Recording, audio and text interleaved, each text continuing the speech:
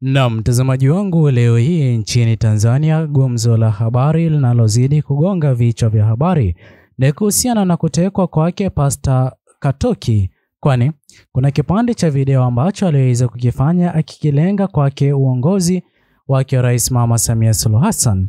Ningependa uweze kutizama kipande cha video kilichoweza kusababisha kukamatwa kwake na kutoweka katika njia tatanishi. Yaani Samia Suluhu Hassan kwa sababu ya ulo wako wa madaraka tayari umeichafua nchi. Yaani Tanzania sasa hivi inaonekana ya ovyo huko nje.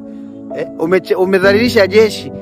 Yaani sasa hivi wanajeshi hawaheshimiki. Yaani wanajeshi sasa hivi wanaonekana sijui kama wanaonekana kama ni kitu cha kawaida wakati jeshi lilikuwa linaheshimika. Kwa hiyo Samia Suluhu Hassan unataka maliziano na sisi? Hakuna cha maliziano. Toka kwanza madarakani ndio tutaanza kuliziana. Yaani bila hivyo hakuna maliziano. Toka wewe, wabunge wako, mawaziri uliowateua, sijui madiwani, sijui nini, makarakacha huku chini, mtoke wote ndio tutaanza. Na mtazamaji wangu, umeweza kusikiliza alichoweza kukizungumza Pastor Katoki, ila kabla niweze kukuandalia nilichoweza kuandaa katika video leo hii, ni vyema iwapo utaweza kuchukua sekunde yako moja kwa hapo kubonyeza maneno yaliyoandikwa subscribe chini ya video hii, uweze kulike na kushare video zetu. Naam, mtazamaji wangu, ni hofu kubwa kwa chochote kile kinachozidi kuzungumzwa katika mitandao ya kijamii dhidi ya uongozi wake Rais Mama Samia Suluhu Hassan. Mtazamaji wangu, ni ukweli wa mambo.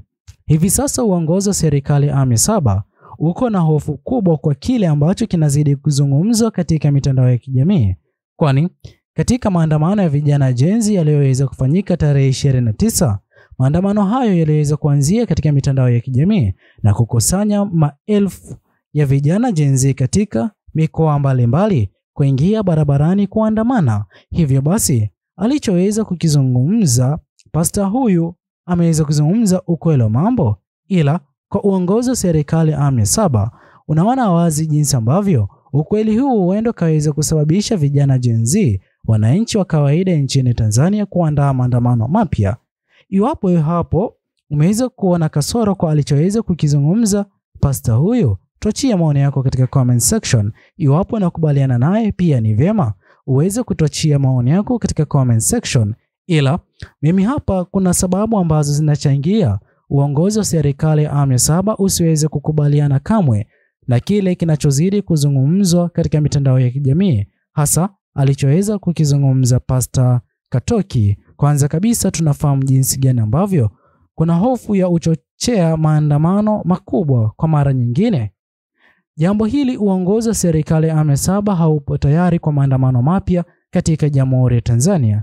Tumeweza kushuhudia hasara kubwa ambazo serikali hii ya awamu ya 7 imeweza kupata kwa maandamano yaliyoweza kufanyika tarehe 29 hadi tarehe 3 mwezi wa 11 mwaka 2025. Pia katika maandamano ya tarehe 9, maandamano ya tarehe 9 yaliyoweza kufanywa na vijana Gen Z katika Jamhuri ya Tanzania, baadhi ya maeneo watu waliweza kujitokeza, ila baadhi ya maeneo mengine iliweza kuwa cold protest, kwani mitaa iliweza kuachwa bila yoyote yule, jambo ambalo liliweza kuathiri pakubwa wafanyabiashara na hata kuathiri pakubwa uchumi wa Jamhuri ya Tanzania, jambo ambalo uongozi wa serikali awamu ya 7 uliweza kuamini kwamba uliweza kuimudu kukabidhiana na vijana Gen Z kwa kuwa hawakuweza kufanikisha zoezi lao la maandamano. Ila mtazamaji wangu, ukweli wa mambo ni kwamba katika taifa lolote lile, raia kususia kuingia katika shughuli zao za siku baada ya siku ni hasara kubwa kwa serikali iliyoko madarakani.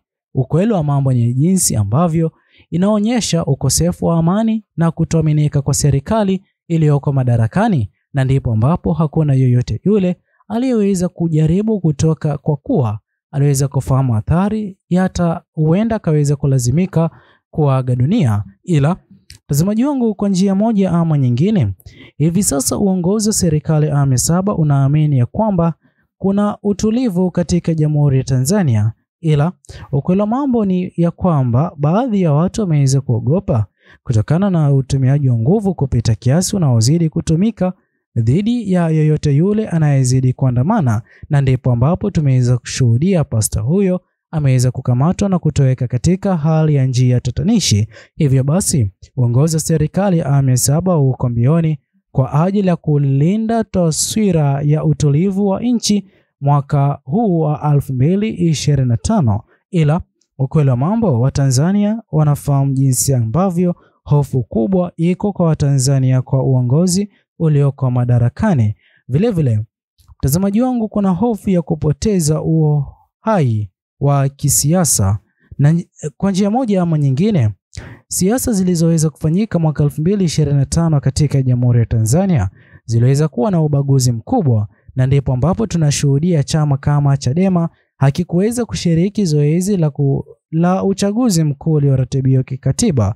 Uhalisia ni ya kwamba uongozi ulioko madarakani umeweza kupoteza uhalali wa kisiasa katika Jamhuri za Tanzania, kwani siasa zinazozidi kufanyika katika Jamhuri ya Tanzania ni tofauti kabisa na jinsi ambavyo zilikuwa zikifanyika hapo awali kabla ya uongozi wa serikali ya awamu ya 7, awamu ya 6 kuwa mamlakani. Kwa njia moja ama nyingine, inadhihirisha wazi utumiaji wa nguvu kupita kiasi unazidi kushuhudiwa. Pia mtazamaji wangu, jambo jingine limeweza kuchangiwa kwa kukamatwa na kutoweka kwake pasta huyo.